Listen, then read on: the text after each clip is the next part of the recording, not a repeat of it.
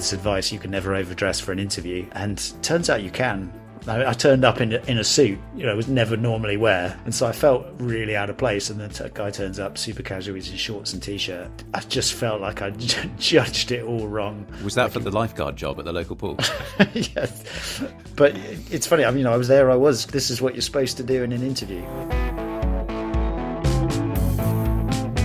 You are often talked about within context of The Apprentice, Tommy, as being the nice guy and being the exception to the rule that nice guys don't win. Yes, but if I'd been on the Bake Off where everyone's really nice, I probably would have been the nasty guy. Turning someone's half and off.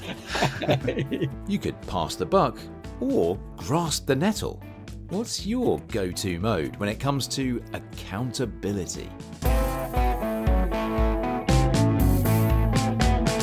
Hello, this is Sketchplanations, the podcast. Whether you're in the car, on public transport, out for a walk or a run, at work, or maybe just sitting at home in your pants and socks with a lovely cup of tea and a chocolate hobnob, you are, as always, most welcome. As you probably know by now, we choose a different topic from the Sketchplanations.com back catalogue each week and explore how it relates to us in our lives. We also really love hearing from you, so please do keep sending your stories and your experiences with the different topics each week. I'm Rob Bell, and with me for the next half hour or so is the Lionel Messi of Polymathy.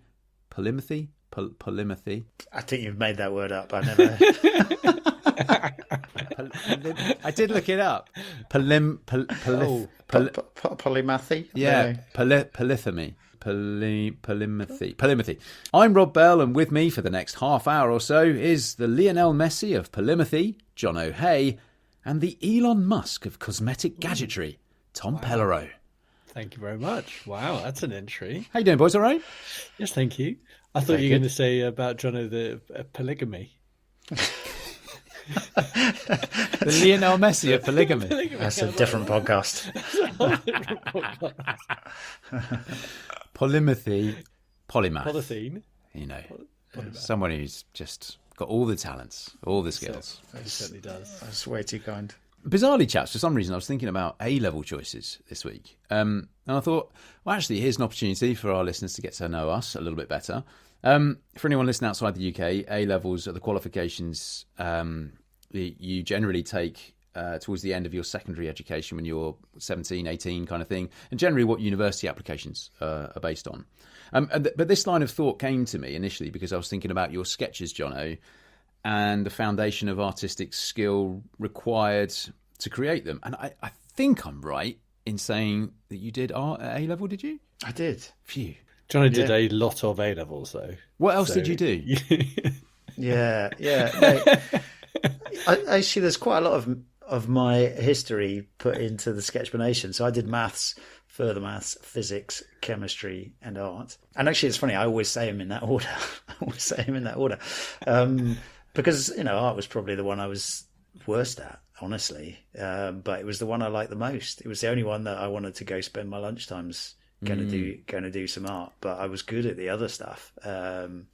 So, Sketchplanations is a bit like that. Like, there are so many great illustrators in the world that are not me.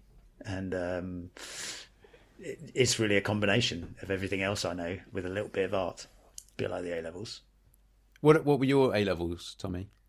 Mine are pretty quick. Maths, physics, and design. So yeah. Just the same, probably the same as you. You did maths, physics? I did maths, physics, French, and something called graphical communication. Ooh. Which is basically what Sketchplanations is, in a way. Nice. Which I loved. That was my favourite. That was the one I wanted to spend my time on. That was the one I'd do all-nighters on.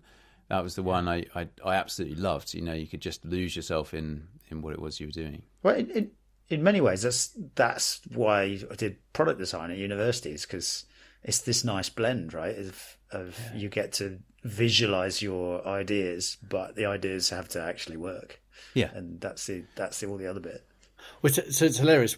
So I did design, and I spent 90% of my time I was doing design, and I was carrying my portfolio around the whole time, and I was designing stuff. So the three of us did maths, physics, which we were okay. Well, Jono was like borderline genius at, but we didn't spend, by the sounds of it, any time actually doing that. And we all spent time doing these other ones that we loved hugely. I know it's very easy in or later on in one's professional life, to dismiss the importance of your A-level results, if indeed A-levels were your chosen path. And I think that's probably fair to a degree. But whilst the specific content that I had to learn is now mostly long forgotten, I definitely feel like the A-level decisions I made have helped create the foundations for the way I think and the way I go about learning and problem solving. Not bad for something in your teens. Absolutely. It's all right, isn't it? It's all right. Because it is so easy. People go, oh, wait, your A-levels don't matter later in life. But I think there's there's creation of a foundation there that you do. And if you've got good teachers, then all the better. Gosh, that was a long time ago, wasn't it? Why are you thinking about A-levels? I don't know. I just did. I was thinking about drawing and sketching, and then I was thinking about art generally. And then I started thinking, well, Jono's probably did art at A-level because he's blooming good at it. And part of that is shown through these sketches. That was my thinking through that, Tommy. And this is going to go out, so in 8 weeks, people will be getting their A-level results, will they? How many weeks behind are we here? Do you know what? That would have been a much better answer for me to have given. Well, Tommy, I've thought about this. I really thought you'd thought this through, right? 8 weeks is July, middle of July. A-levels come out beginning of August. Yeah, so not far off. So good luck, guys. And just remember that whilst your results don't necessarily matter that much, although they will do at the time, and they did for me at the time, you'll have created solid foundations for the way you think and the way you go about problem solving and learning for the future. All right, enough of that. Let's crack on to the Podmobile.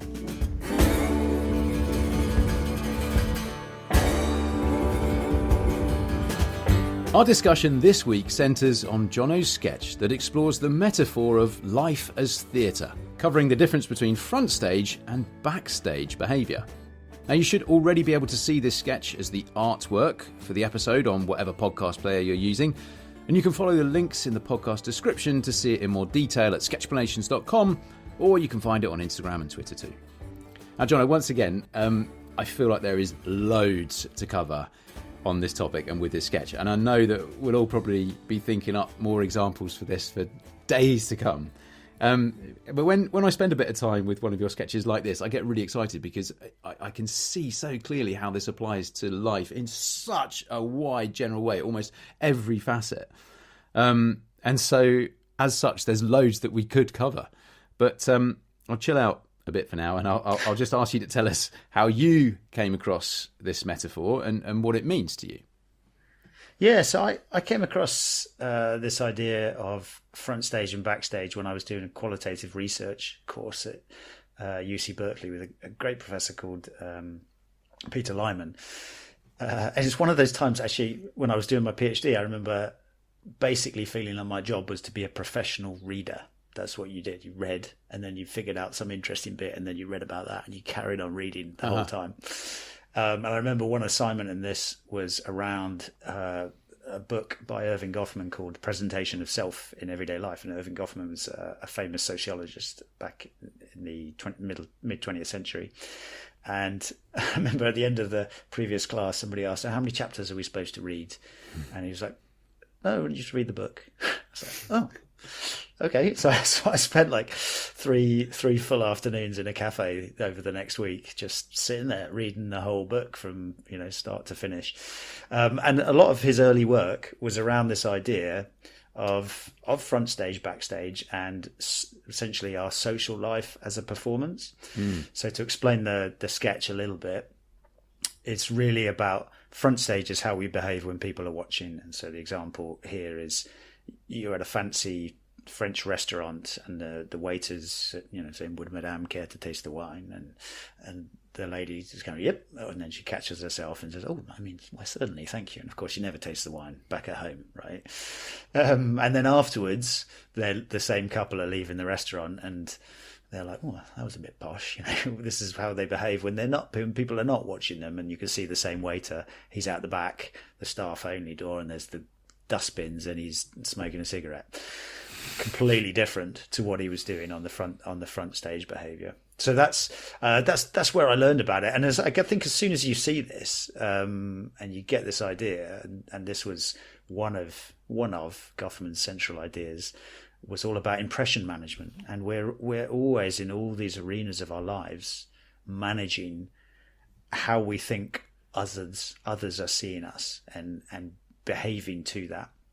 And so that's what the idea of front stage, backstage, and it's stuck with me forever since. And do you think some of that behaving in front of others is subconscious because of conditioning we've had all our lives? I mean, sometimes I think it's necessary, but yeah, absolutely. You know, you learn it very early on as a kid. You know, like you're in a store, you're not supposed to run and kick your brother and shout. So you behave differently in a store than you do at home.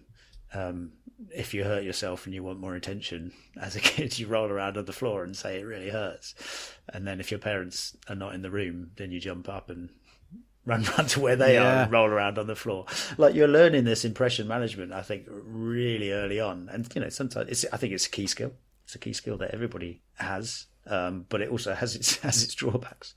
Tommy, where do you see yourself in relation to this sketch, front stage, backstage? It's fascinating, isn't it? There's so many different examples. So for example, I'm relatively shy. I'm relatively introverted at times, but because I'm an inventor, I'm this apprentice person. I want it. When I go to events, I am really like loud in terms of my clothing. So I'll wear a top hat. I'll wear shiny, as you talked about, the LED shoes. I'll wear kind of big stuff to be kind of really sort of different, attention seeking. Like I've to an event where it's just like casual dress, I've turned up fully black tie, white tie, you know, full tails and all the works, just to try and make sure I will look different, to kind of meet my kind of, he's a quirky inventor kind of thing. But I'm not generally really a particularly attention seeking type person, I don't think, but I feel that that's important for my personal brand, so I really do it, and I do really enjoy it though. I had an experience very similar to the sketch very recently. January this year, so in the winter this year, I was in the Alps doing a bit of skiing, and I went for a lunch in one of the huts up the mountain, and it was lovely. It was a really lovely lunch, and the service was good. But there was that. It wasn't a particularly posh restaurant at all, but there was that kind of customer and waiter server relationship going on, where there is a level of kind of duty and a level of subservience of the waiter to you. It is yeah. that is what those are those roles that we play. And our waiter was lovely. He was a nice guy, and we interacted at a very kind of polite, kind of not formal, but you know, semi-formal. We're in a restaurant type manner.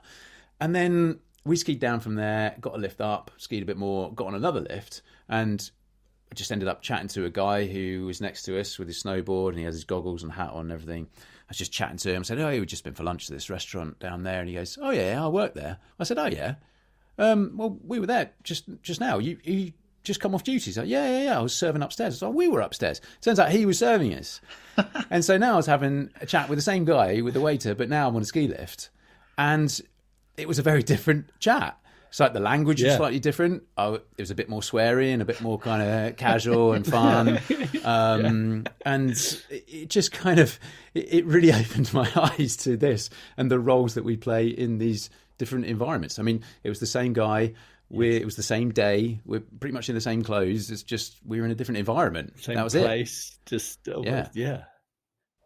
Environments have so much power, don't they, in terms of how they make us feel, and that's a huge. I'm not sure that environments comes into this, but they're incredible. It's environment and scenario, right? I guess that's in my mind what defines how we behave a lot of the time in relation to this front stage, backstage. Yeah, I think if you run a nightclub, your job is to create a totally different environment where people can be a different person than they are at home and they are at work or they are with their parents, right? You can do completely different things at 2 a.m.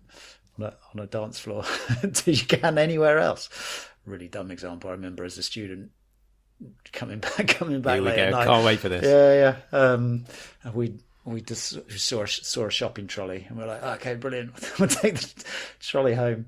And somebody got in the trolley and pushing it around. And that was really fun in that in that environment, and then the next day you wake up and you've got a shopping trolley in your front garden. And is that all to do with the environment, or were there maybe other factors at play? Well, it's things you wouldn't do any other place. Yeah, I don't know. It enables you to like let your hair down, and then all of a sudden the rest of your front stage life and all the rest. So having the shopping trolley in the front garden was a reminder of your backstage, when actually I'm in front stage mode now. Yeah. Walking out the house in the morning, going to lectures, maybe going to an interview. I tell you what, and I remember wheeling that shopping trolley back in broad daylight, back to the supermarket car park, and it was a very different feeling, I can tell you. It was a clash of the two. Yeah, when backstage became front stage. I mean, Tommy, you talk about The Apprentice, and I think it's the same. It's the same with the telework I do. It's the same with any kind of media interaction, I think, where what you're doing, what you're saying is going to be viewed publicly. It feels that it's an element of performance, I think. And so I know with my telework, when the red light comes on the camera, there's just an extra 10% of energy and enthusiasm that comes to me. And it's not being disingenuous, I don't think, at all. It is still me, but I've just kind of turned it up to 11 a little bit rather than just being on 10. That's how it is. But that is very much the front stage. Yeah, and we've mentioned QVC, where I go along and I'm there and I'm I'm preparing and I'm a mess because I don't, and then I get ready for the 6 minutes and it's all and then it's a highly focused 6 minutes of demonstration and I look, everything looks great, and then it's over, and then you're just sort of chucking everything back in a bag and sort of wheeling it out. It's just that 6 minutes of sort of perfection.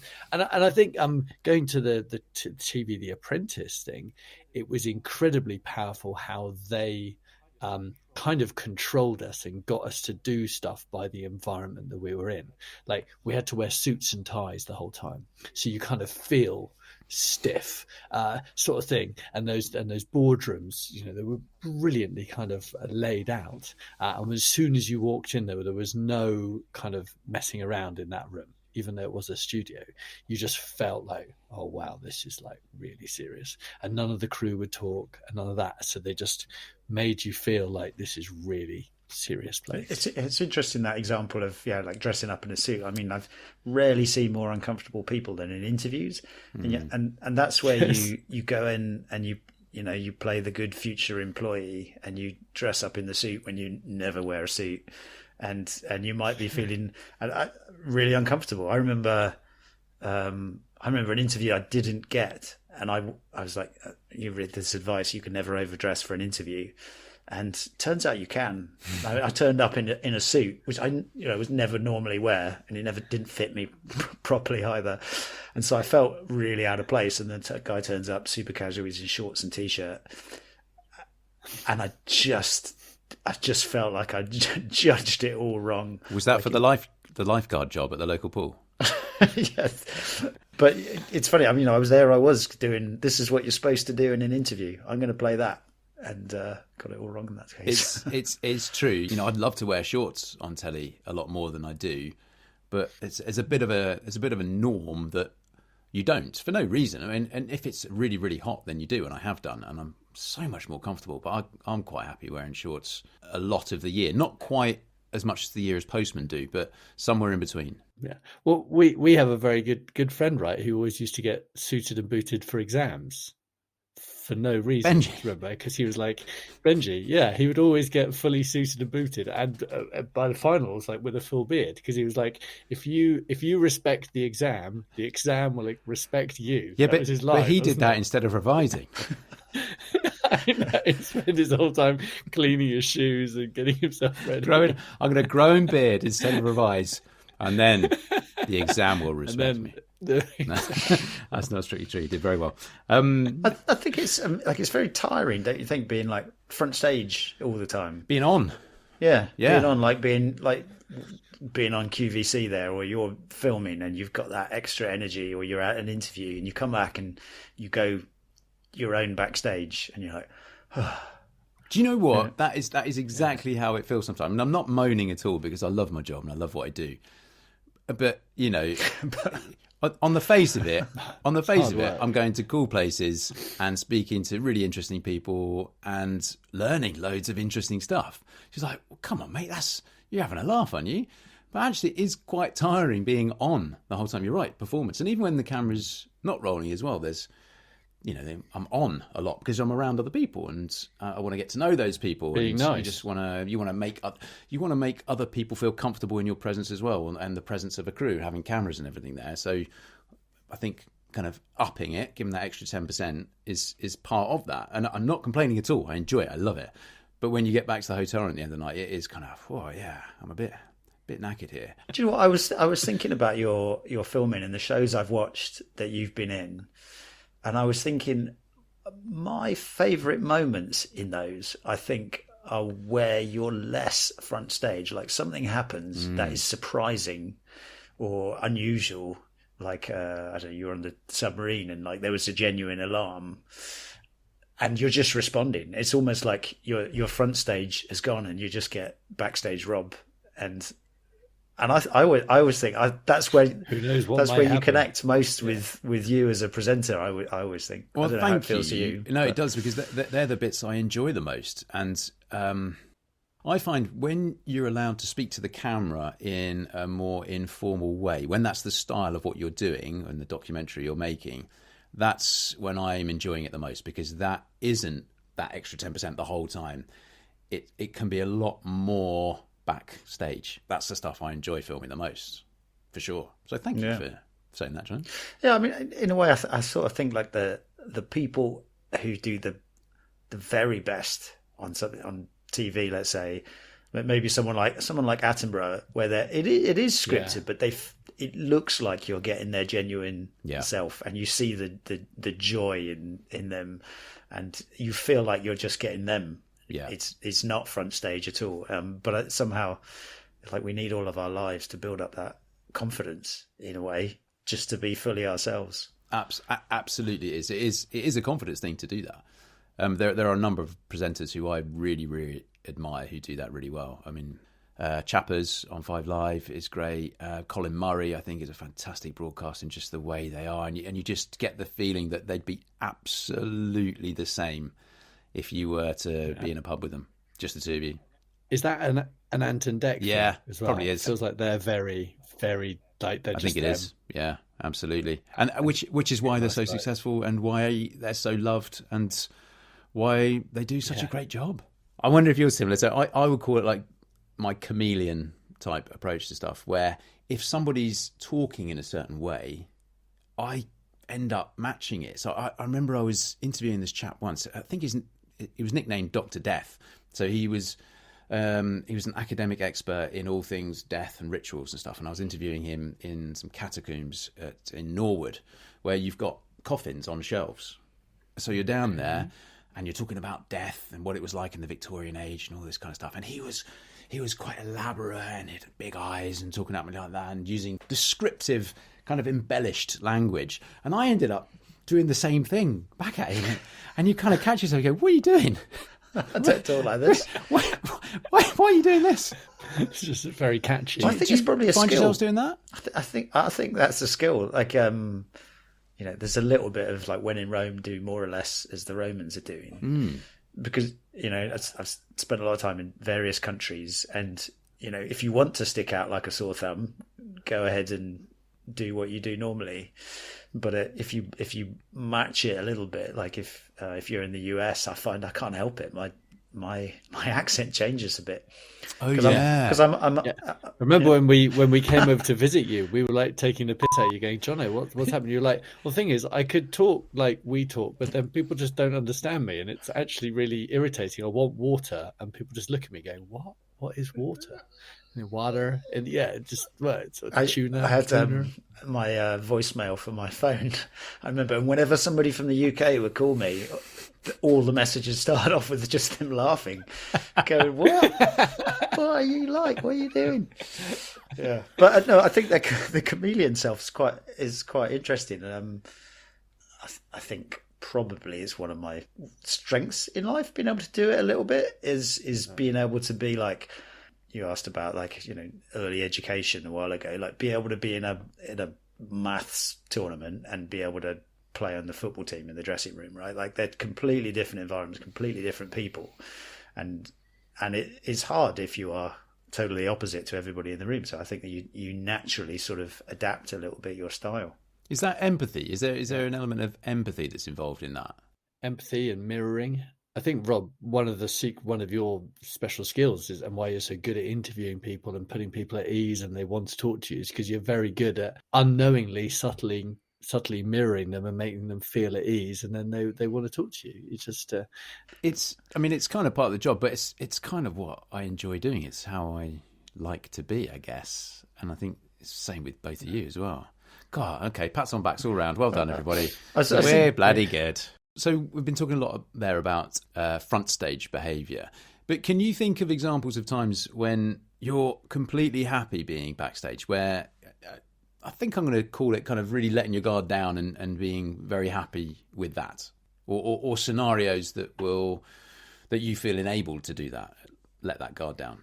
For me, it's mostly the people you're with, right? The people you feel most comfortable with, where you really feel you can be yourself. Like when you find your people, like you're not having to pretend anymore, and you don't have, it's not tiring. You're not putting up a front. You're not like, it's interesting. Isn't it? Like people come and visit, you might tidy up and stuff, but if they stay for a few months, you're just you. and that extra effort goes away. So I don't know. I feel like it depends on, it's just being with your very best friends where you feel like you can just relax and be you. And it's a lovely way to think of it like that, I think, that you think, and we're talking about it within the context of this particular sketch, but I was thinking about this as well, John. It's the relationships you have with your partner, your friends, your family, or members of your family perhaps, where, you can just be you. And when you actually sit and think about it for a minute, you realise, God, that is really, really lovely. That is really special, isn't it? Yeah, it's very nice. I'm really fortunate that a very large number of people, fortunately, saw me on a TV programme for 12 weeks. And I was not quite me, but I was trying to be as relatively me as possible. And so when people meet me, they have a little bit of an idea in their mind what I'm possibly like, and luckily it tends to be relatively accurate. So I'm really, really fortunate meeting people that often happens, and it's a real blessing. Well, you are often talked about within the context of The Apprentice, Tommy, as being the nice guy and being the exception to the rule that nice guys don't win. Yes, but if I'd been on the Bake Off where everyone's really nice, I probably would have been the nasty guy. Yeah, turning someone's off and off. No. I was thinking though, it can sometimes still be tricky though to be completely relaxed. All of us perhaps play a little bit of those roles at different stages in our lives, even with the people that we love the most and spend the most time with. Yeah, this is a brilliant fact, and you can also influence this in the fact that my sister, who's a founder of this company, Mind Over Tech, she has 3 alarms that go off during the day that help her to be the person she wants to be. So like at 9 a.m. one goes off saying you're a business champion, you're like, it's sort of along those lines, and then she is like Business Harry, and she's all over that work. And then at like 3 o'clock she has one that says I'm in mum mode now.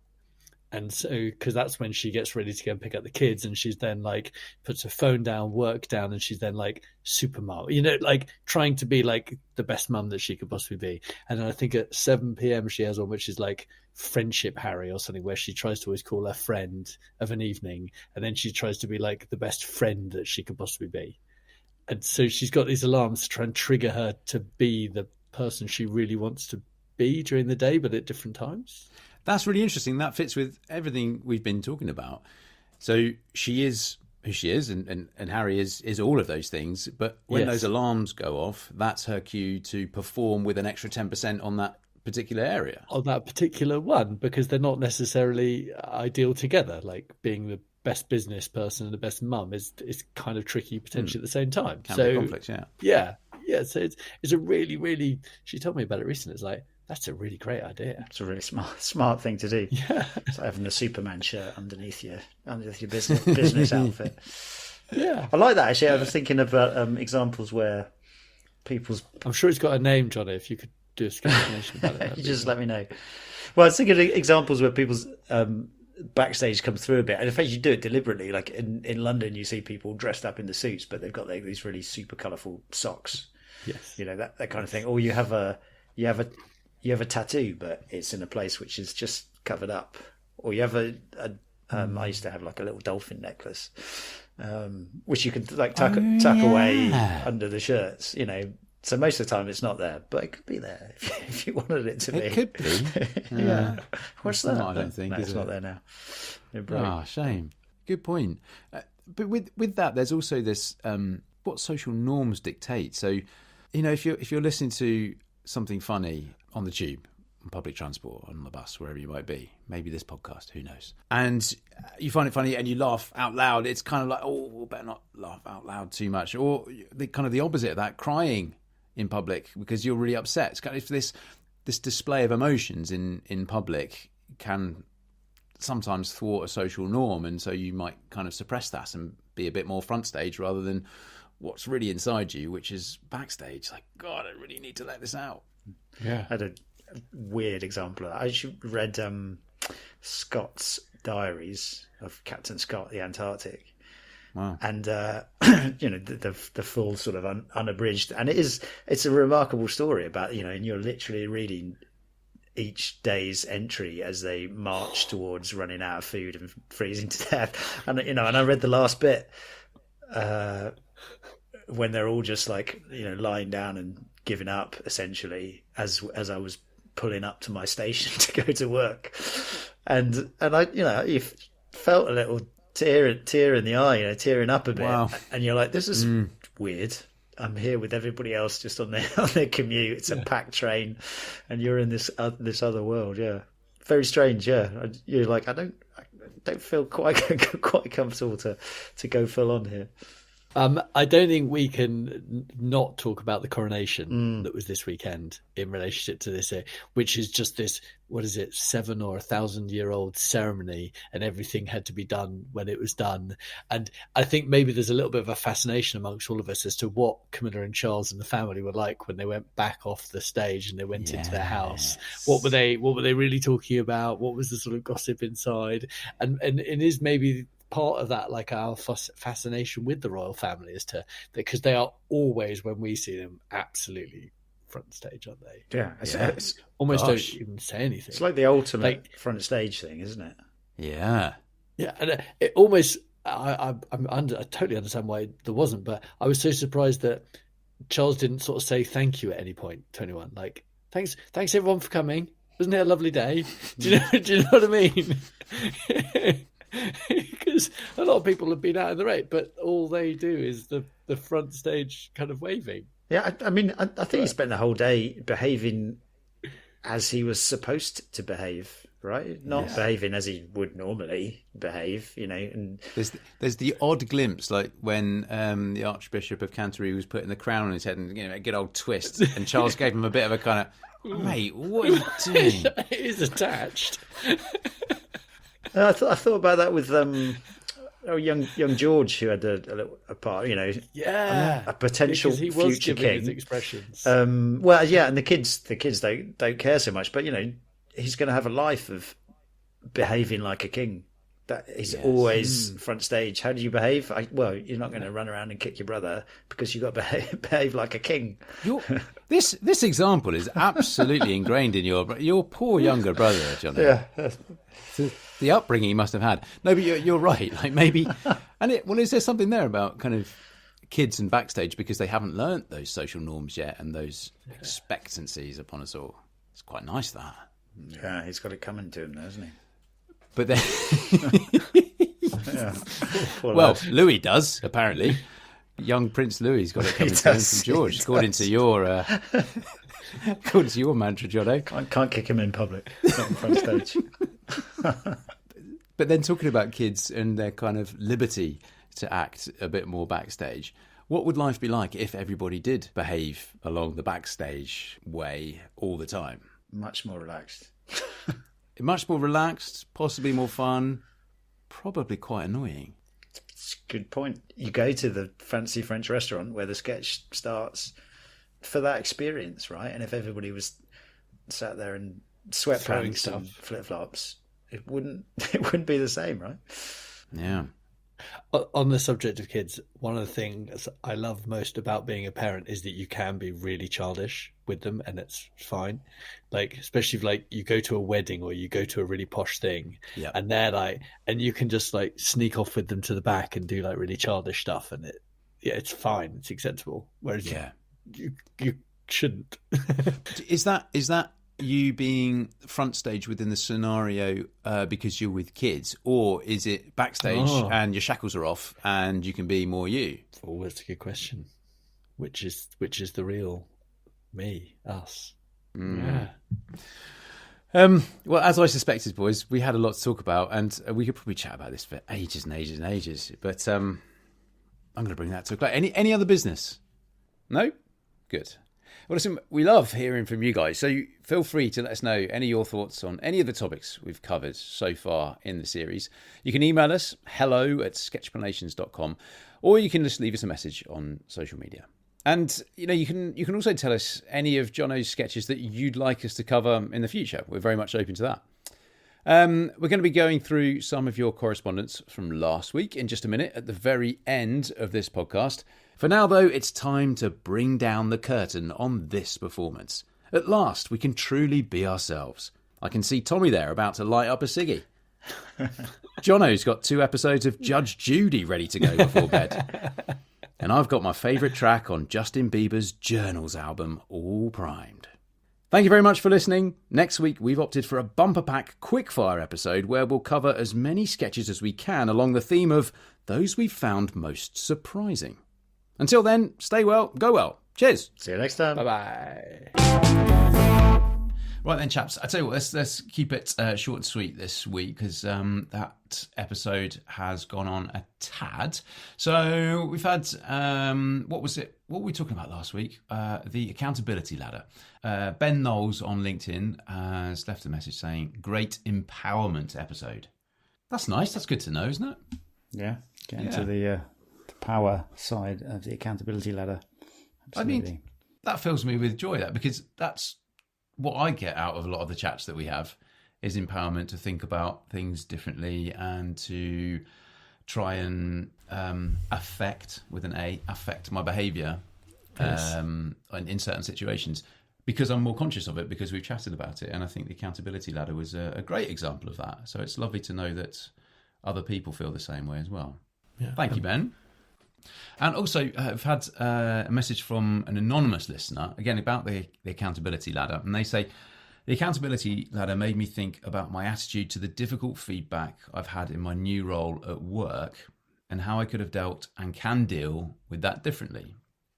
Goes on to say, it doesn't mean having to agree with it all, but it does mean accepting it and making changes to those things that you are willing to change without impacting your own ethics.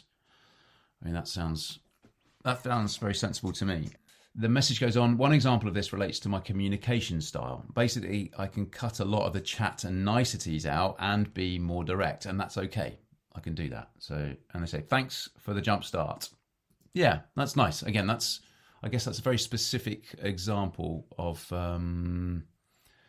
maybe just assessing, maybe a bit more perspective, having the framework of the accountability ladder, giving you a bit more perspective on self, which is, we talked about, quite difficult to do a lot of the time. We talked about metaphors right at the beginning, and I often think of like feedback as a gift, and it's up to you to choose how you deal with it. And difficult feedback doesn't always feel like a gift, for sure, and you might not be ready for it or like not respond to it well, but actually it's up to you to see what good there is in it that you can use to change your behavior if you want to. And you can, it's easy to sort of reject feedback as not valid or not appropriate for you or whatever, but actually if you frame it as feedback is a gift, then you can be like, okay, well, if I accept that, what can I take from it? What can I do to own it and move forward?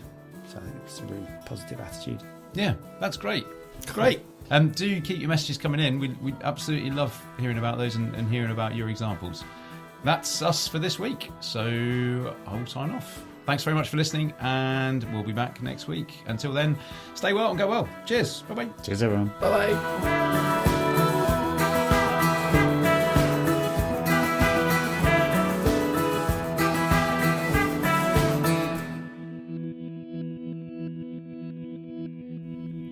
All music on this podcast series is sourced from the very talented Frank Cinelli. And you can find loads more tracks at frankcinelli.com.